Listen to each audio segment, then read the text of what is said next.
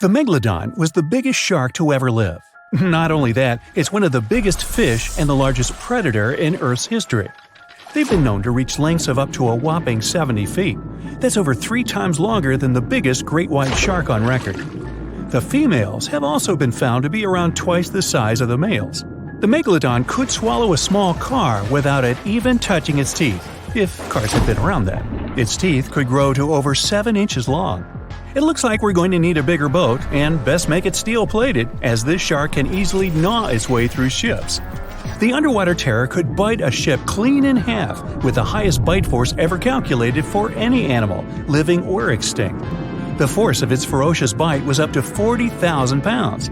That's around 108,000 times the strength of a human's and 10 times the force of a modern crocodile's bite.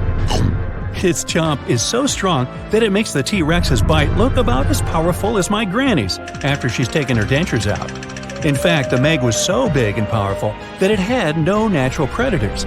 It was the uncrowned king of the seas, swimming freely from ocean to ocean. This cosmopolitan creature was found all over the world, from America to Europe and Australia to Japan, assuming there were countries back then. Meg fossils have been found on every continent except Antarctica. Everybody skips Antarctica. Science tells us that the Megalodon went extinct over 3.6 million years ago. But could they still be alive at the deepest depths of the ocean? Only around 80% of the ocean has been explored, and its deepest point, the Mariana Trench, is over 7 miles down. So who knows what's lurking at the bottom? If you did manage to make it down, it is unlikely that you'll run into a Meg, though.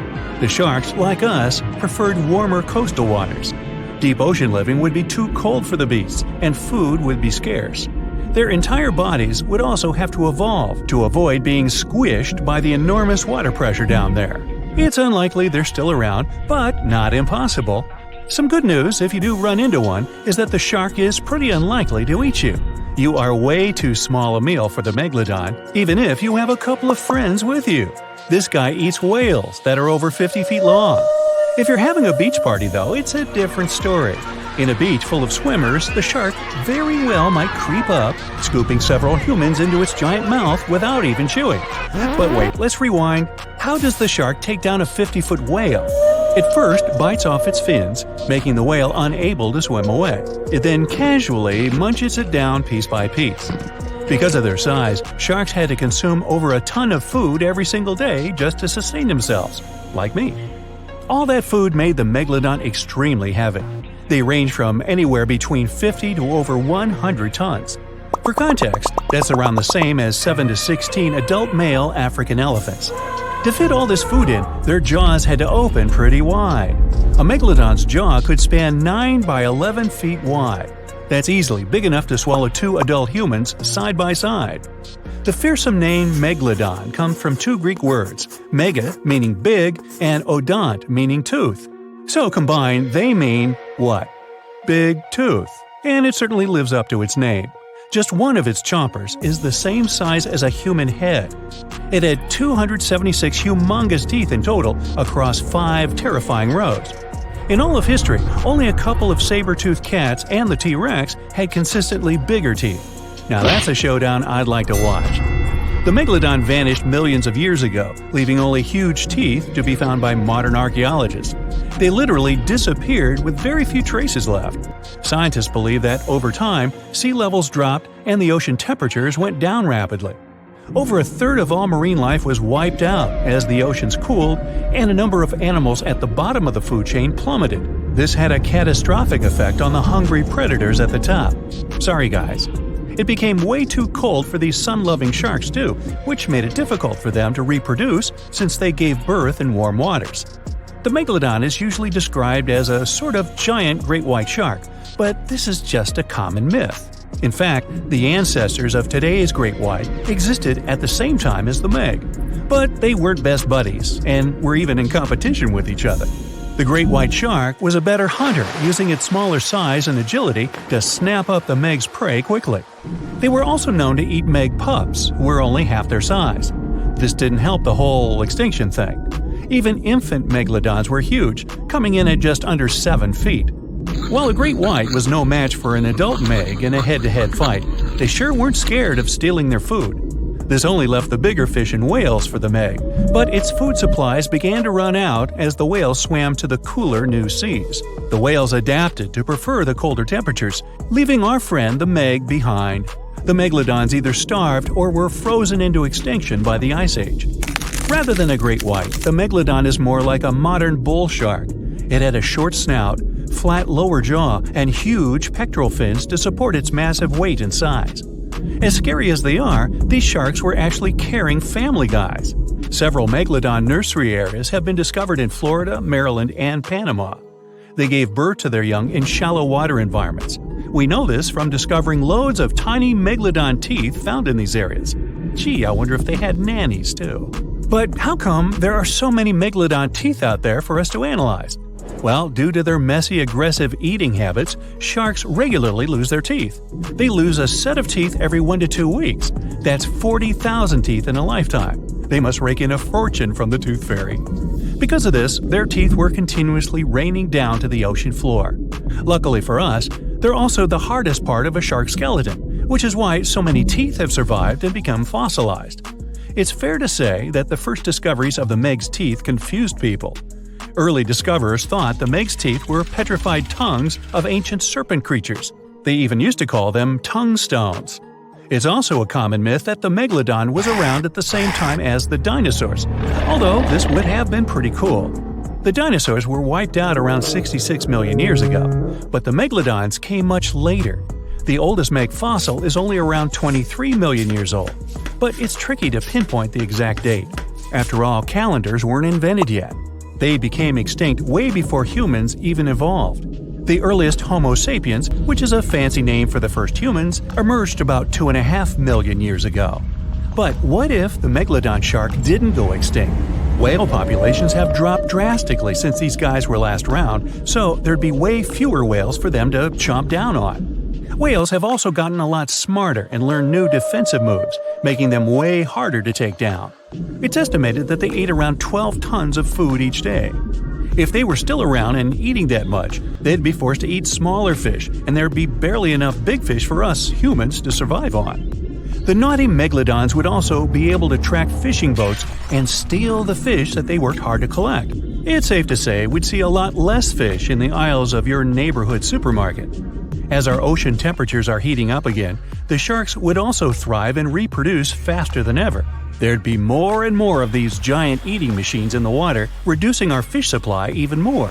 It would also cause massive problems for cargo ships and cruising vessels. Imagine coming into contact with one of these bad boys while you're sunbathing on the deck.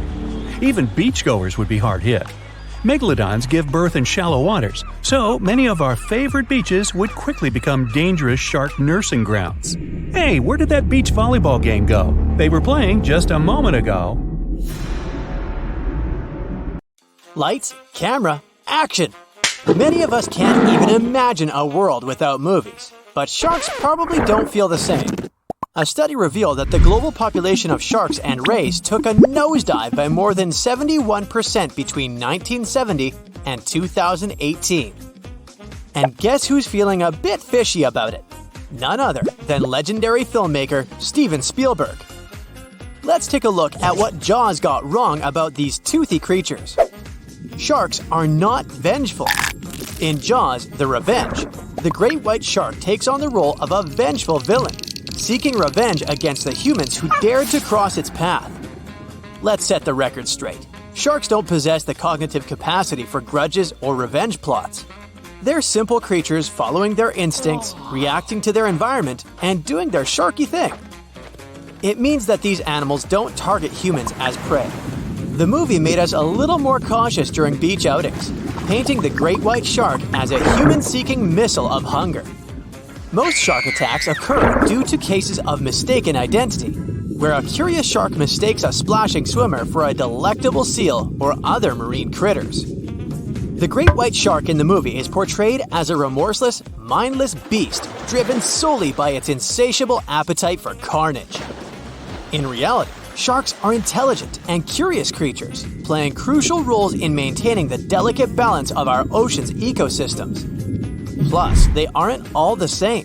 Jaws may have popularized the image of the great white shark as the quintessential shark, but the reality is far more diverse. There are over 500 different species of sharks, each with its own unique characteristics, behavior, and personality. They're like a vibrant cast of oceanic characters, each playing their part in the grand underwater production. Turns out, Spielberg is swimming in a sea of guilt over this mega-hit summer blockbuster from 1975. In an interview, the director, who was just a newbie at the time, expressed his concern about the film's unintended consequences on shark populations. Now, before we blame Spielberg for all the woes of the deep blue, let's dive deeper into the details. Some experts argue that people would have been fishing for sharks regardless of the movie. I'll call this theory the Jaws myth.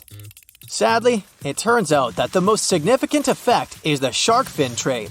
They're also unintentionally caught in colossal numbers as accidental bycatch.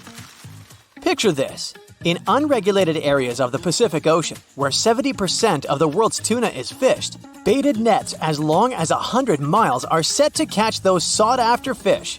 But guess what? These nets often end up snaring even more sharks than tuna.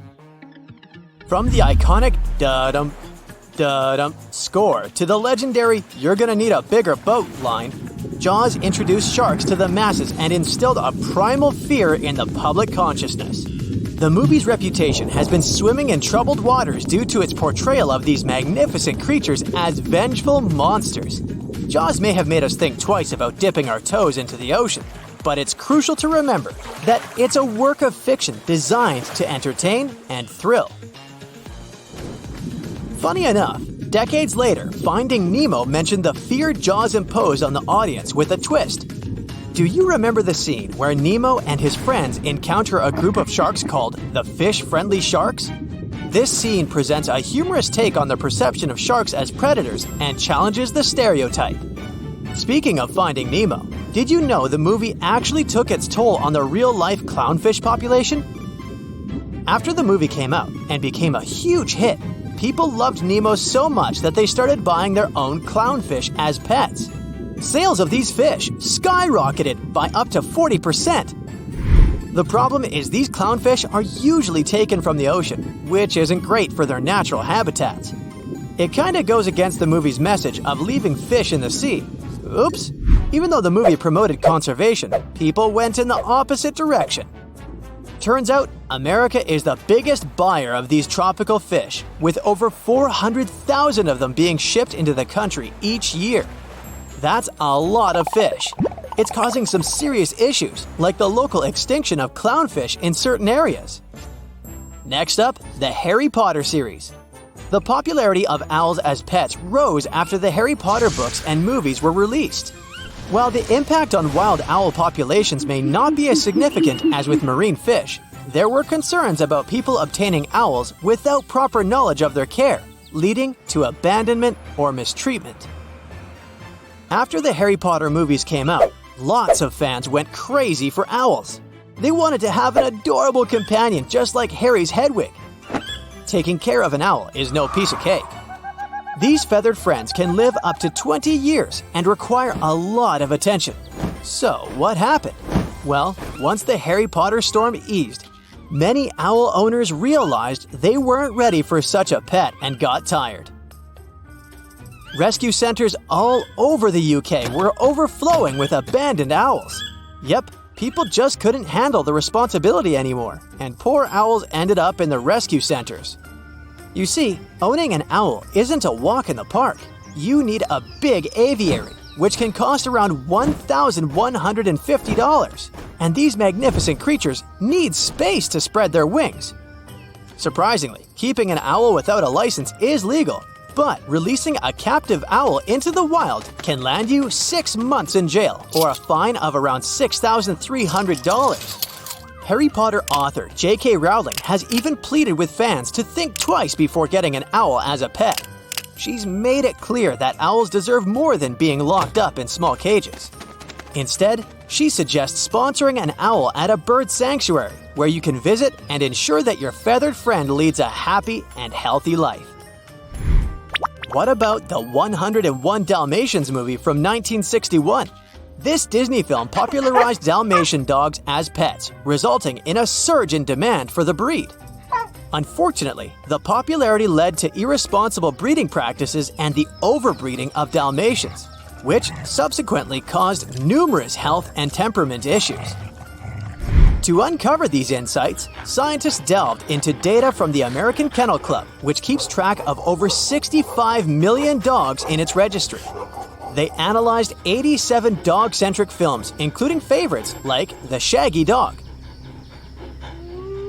The Twilight Saga portrays wolves, which sparked many people's interest in wolf-like dog species. However, many individuals were not adequately prepared to care for these animals. These magnificent creatures are not your typical dogs. They require ample space, energy, and special attention.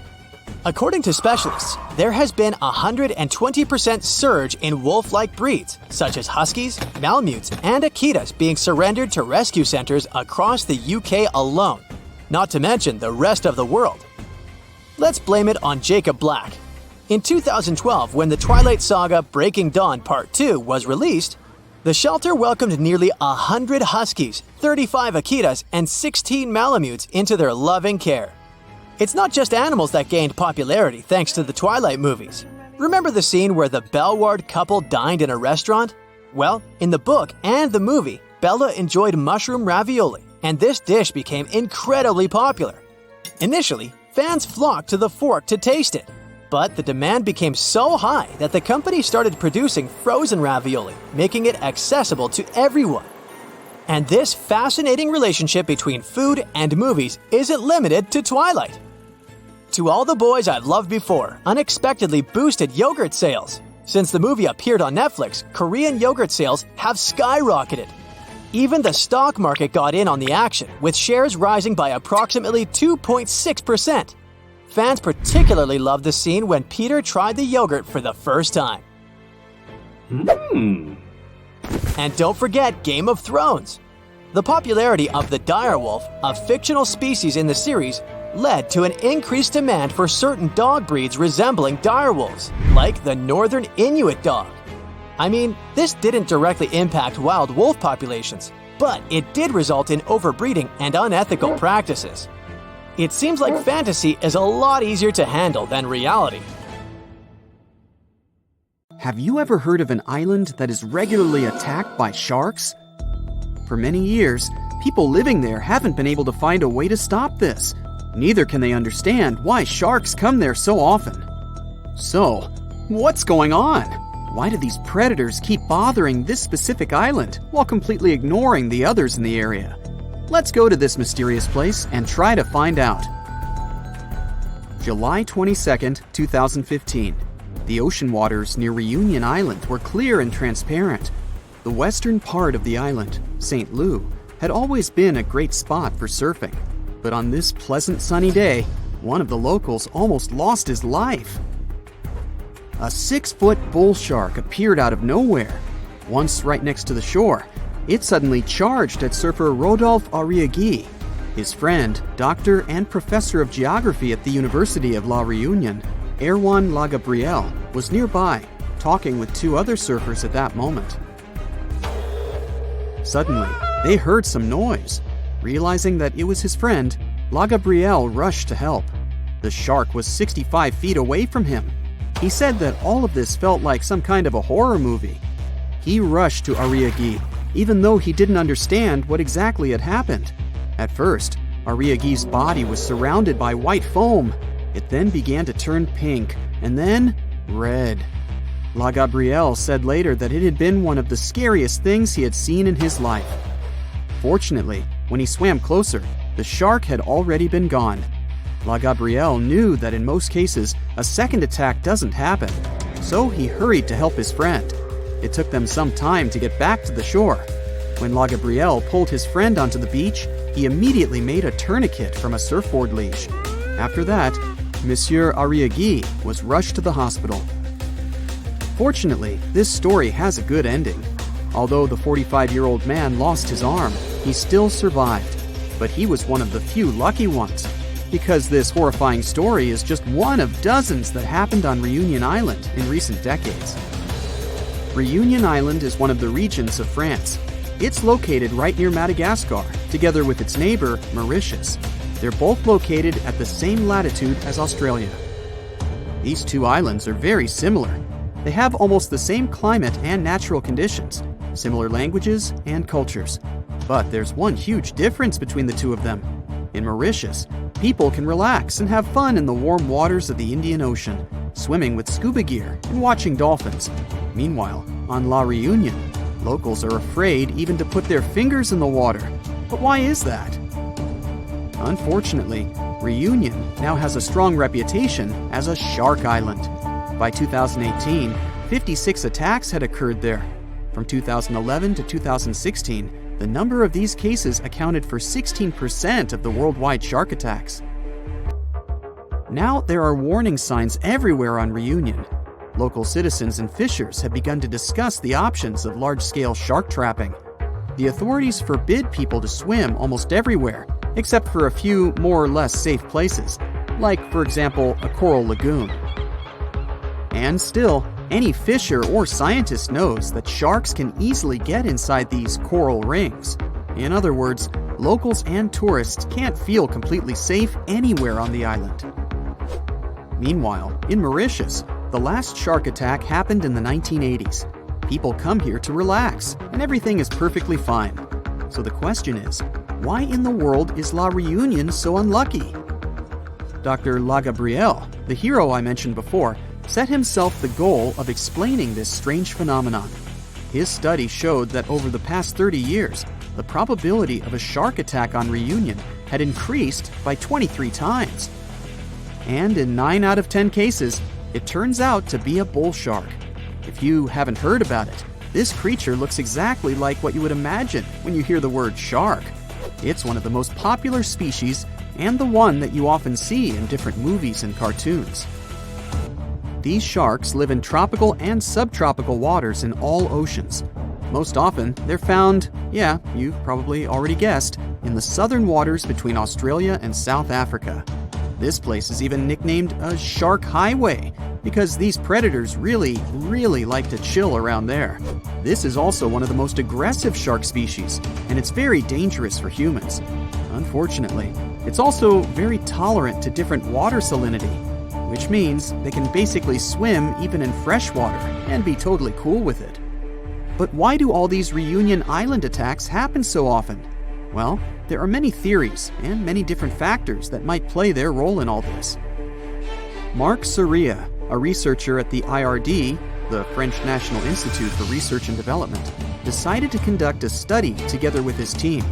They spent 3 years trying to collect data on 45 tiger sharks and 38 bull sharks living in local waters. The National Research Institute of France supported this study. It was also funded by 3 research foundations: regional, national, and European.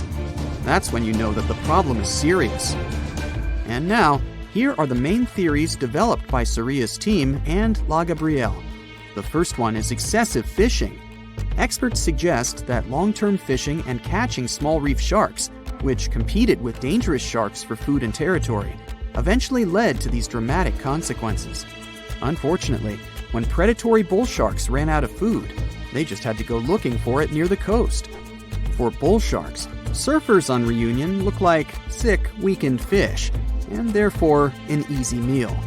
Also, while in Mauritius, surfers tend to hang out near sandy beaches. On Reunion, they choose places where waves break at coral reefs. But this is exactly where the sharks choose to search for food. So, yeah. The second possible reason is muddy waters. Bull sharks like such conditions very much. And although there are no natural places like these on Reunion, the reason could be the construction of urban areas. Muddy freshwater gets into bays from cities.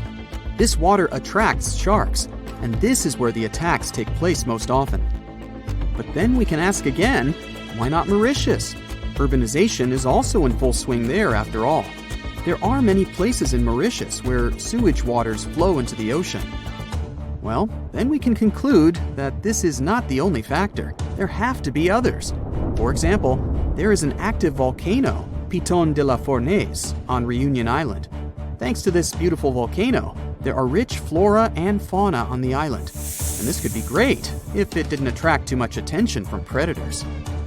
Because of the volcano, the shores of Reunion are less steep, which makes it easier to swim closer to the coast. And sedimentary rocks that get washed away from the slopes of the volcano can attract bull sharks. As we already know, these guys love muddy waters. There are some other theories. For example, La Gabrielle suggests that attacks may be connected to an increase in the shark population.